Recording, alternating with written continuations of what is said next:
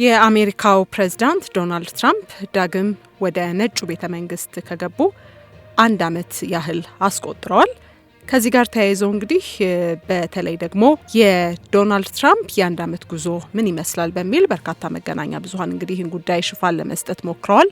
እኛም ከሀገራቸው ፖሊሲ እንዲሁም ደግሞ ከሌሎች ሀገራት ጋር በተያያዘ ያለፉት የትራምፕ 1 ዓመት ጉዞ ምን ይመስል ነበር የሚለውን በተወሰነ መልኩ ለእናንተ ልናስቀኝ ነው። ውድ አድማጮቻችን፣ ለመሆኑ በዓለማችን ኢኮኖሚ እንዲሁም ፖለቲካ ላይ ወሳኝነቷ የሚታወቀው ወሳኝነቷ ሰፊና ትልቅ ሚና ያላት ሀገር ነች አሜሪካ።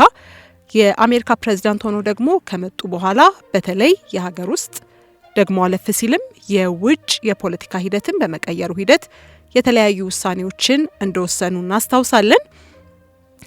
ወቅታዊ ጉዳዮችን በመቀየር ከዛም ባለፈ ደግሞ የሀገራት የእርስ በርስ ጦርነት እንዲቋጭ እንዲቆም የራሳቸው አስተዋጽኦ እንዳደረጉ በርካቶች ይናገራሉ።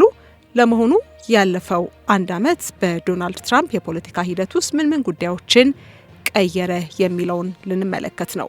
ያለፈው የዶናልድ ትራምፕ 1 ዓመት ወይም ደግሞ ያለፉት 12 ወራት በብዙ መልኩ የሀገራቸውን እንዲሁም ደግሞ ከሀገራቸው ውጪ የሌሎች ሀገራትን ወይም የዓለምን ፖለቲካ የተጫነ የቀየረ እንደነበር ነው በርካቶች የሚያምኑበት።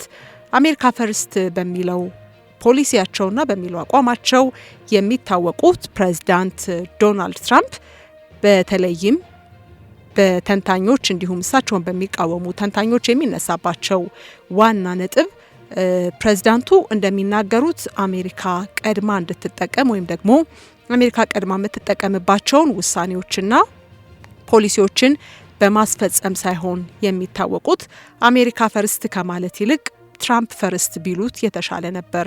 ምክንያቱም ግለሰቡ ስሜታቸውን የሚያስቀድሙ ናቸው። በውሳኔዎቻቸው ሁሉ ስሜታቸው የቀደመና የራሳቸው ፍላጎት የሚቀድም ግለሰብ ናቸው ሲሉ የእሳቸውን አቋም የማይደግፉ አካላት ይተቿቸዋል።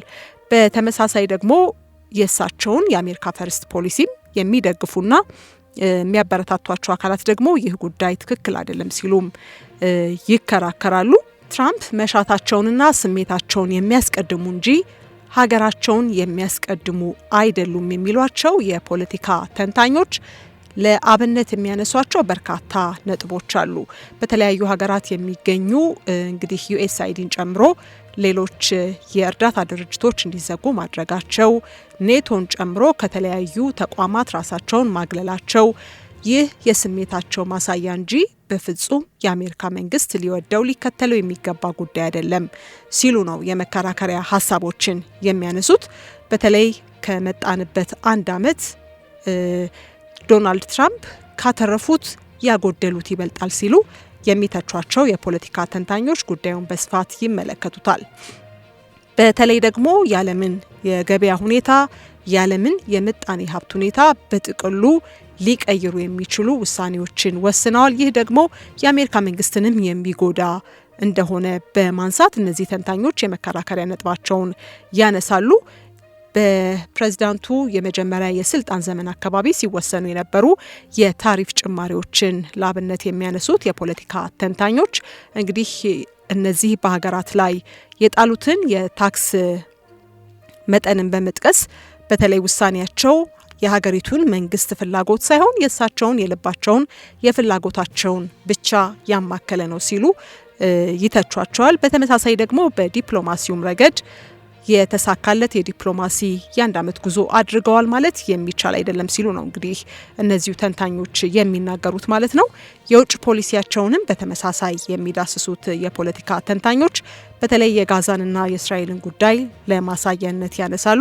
በእርግጥ የጋዛንና የእስራኤልን ጦርነት ለማስቆም ያደረጉት ጥረት ያስቆሙበትን መንገድ የተሳካ ነው ሊባል ቢችልም በዚያው ልክ ደግሞ ያደረጓቸው ድርጊቶች እንዳሉ በማንሳት ግለሰቡ በእርግጥ በራሳቸው ፍላጎት እንጂ በሀገር ኢኮኖሚ ወይም ደግሞ በሀገር ፍላጎት በሀገር የፖለቲካ አስተሳሰብ የተቃኙ አይደሉም ሲሉ ነው የሚተቿቸው። ሌላኛው እንግዲህ በተለይ በስፋት በቅርቡ የመገናኛ ብዙሃንን ትኩረት ስቦ የነበረ አንድ ጉዳይ አለ በአሜሪካ መንግስት የተፈጸመ። ይህም ደግሞ ለተቺዎቻቸው እንደ አንድ ትልቅ ማሳያ ተደርጎ እየተቆጠረ ይገኛል።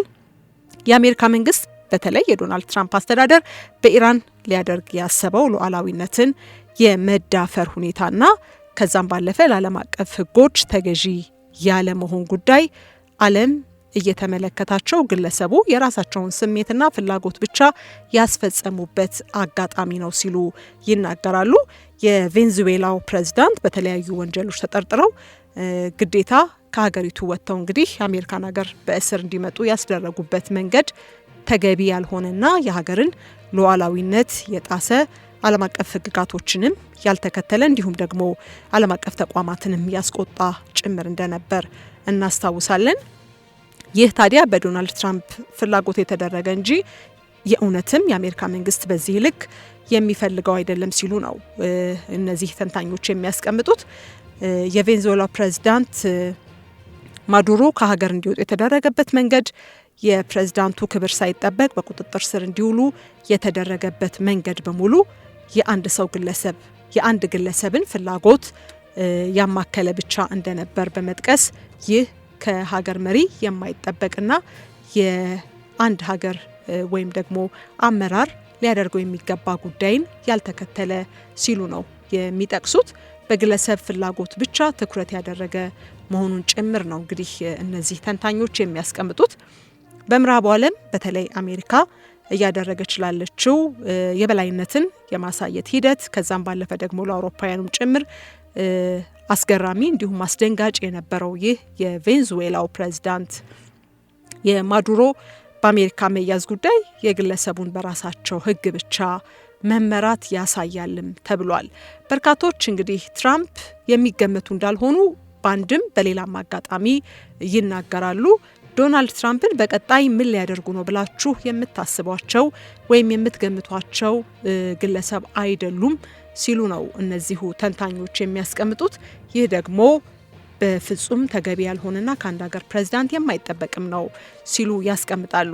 የአልጀዚራው የፖለቲካ ጉዳዮች ተንታኝ አለን ፊሸር በዚህ ጉዳይ ላይ በሰጠው አስተያየት በእርግጥ ዶናልድ ትራምፕ ትልቅ የሆነ አሻራን ወይም ደግሞ ሌጋሲ አስቀምጠው ማለፍ ይፈልጋሉ ይላል።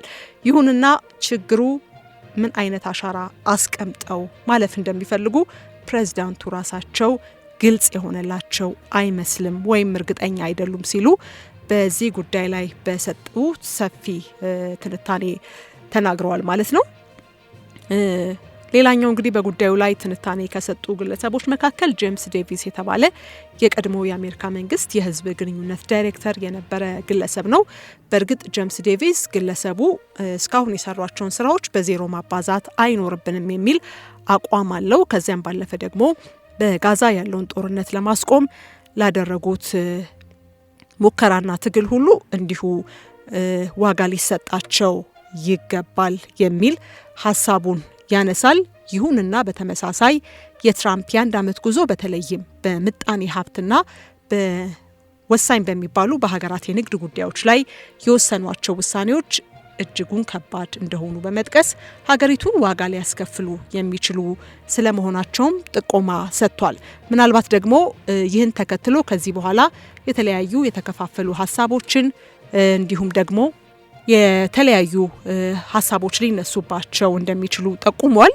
በተለይ ከንግድ ጋር የተያያዙ ጉዳዮችን ፕሬዝዳንቱ ማስተካከል ከቻሉም በሀገሪቱ የደህንነትም ሆነ ሌሎች ተያያዥ ጉዳዮች ምላሽ ሊያገኙ እንደሚችሉ በመጠቆም እንዲሁ ሊስተካከሉ የሚችሉበት እድል ሰፊ እንደሆነም አንስቷል። አሁንም ድረስ አሜሪካውያን በዶናልድ ትራምፕና አስተዳደራቸው ላይ አለመረጋጋት ወይም ደግሞ አለመተማመንና እርግጠኛ ያለመሆን ችግር ይታይባቸዋል ሲሉ ሀሳባቸውን የገለጹት የፖለቲካ ተንታኝ ደግሞ ፒጄ ክራውሊ ናቸው። የቀድሞ የአሜሪካ መንግስት ረዳት ጸሐፊ የነበሩት ክራውሊ በጉዳዩ ላይ ለቀረበላቸው ጥያቄ እንግዲህ በሰጡት ምላሽ የትኛውም ፕሬዝዳንት አሜሪካ ፈርስት ፖሊሲን ሊከተል ይችላል፣ ሊፈልገው ይችላል። ምክንያቱም ሀገር የምትጠቀምበት ፖሊሲ እስከሆነ ድረስ ያንን ሊያስፈጽም ይችላል የሚል አቋም አንጸባርቀዋል። ሆኖም ግን አንድ ፕሬዝዳንት ለሀገሩ ዜጎች ተገማችና በቀጣይ ምን ሊያደርግ እንደፈለገ ምን አይነት ውሳኔዎችን ሊወስን እንደሚችል ተጠባቂ መሆን አለበት። ነገር ግን የፕሬዝዳንት ዶናልድ ትራምፕ ችግር በቀላሉ የሚገመቱ አለመሆናቸውና በውሳኔያቸውም የተለያዩ ቦታዎችን የሚረግጡ የተለያዩ አካላትን የሚያስከፉ መሆናቸው ነው ሲሉ ተናግረዋል። ያልተጠበቀ ትክክል ያልሆነ አካሄድ ከትራምፕ በተደጋጋሚ መታዘብ ችለናል ያሉት ክራውሊ ይህ ደግሞ ሀገሪቱን በብዙ ሊጎዳ እንደሚችል ይጠቅሳሉ። ይሁንና የጋዛን ጦርነት በማስቆምና በተመሳሳይ የሩሲያ ዩክሬን ጦርነት ምላሽ እንዲያገኝ እንዲቋጭ እያደረጉ ላሉት አስተዋጽኦ ግን ጥሩ ምላሽ በመስጠታቸው እንዲሁ መደነቅ መወደስ አለባቸው የሚሉ ሀሳብ እንዳላቸው ተናግረዋል።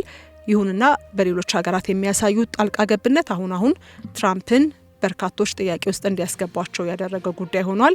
ለማንኛውም የተወደዳችሁ አድማጮቻችን ለዛሬ የምሽት የትንታኔ መሰናዷችን የአሜሪካው ፕሬዝዳንት ዶናልድ ትራምፕ የአንድ ዓመት ጉዞ ምን ይመስል ነበር፣ በዚህ ጉዞአቸው ምን ጉዳዮችን ማሳካት ቻሉ፣ ከዛም ባለፈ ደግሞ ያጎደሏቸው ጉዳዮችስ ምን ናቸው የሚሉትን ያየንበት የዛሬው የምሽት የትንታኔ መሰናዷችን ያደመጣችሁትን ይመስል ነበር። ሰናይ ምሽት።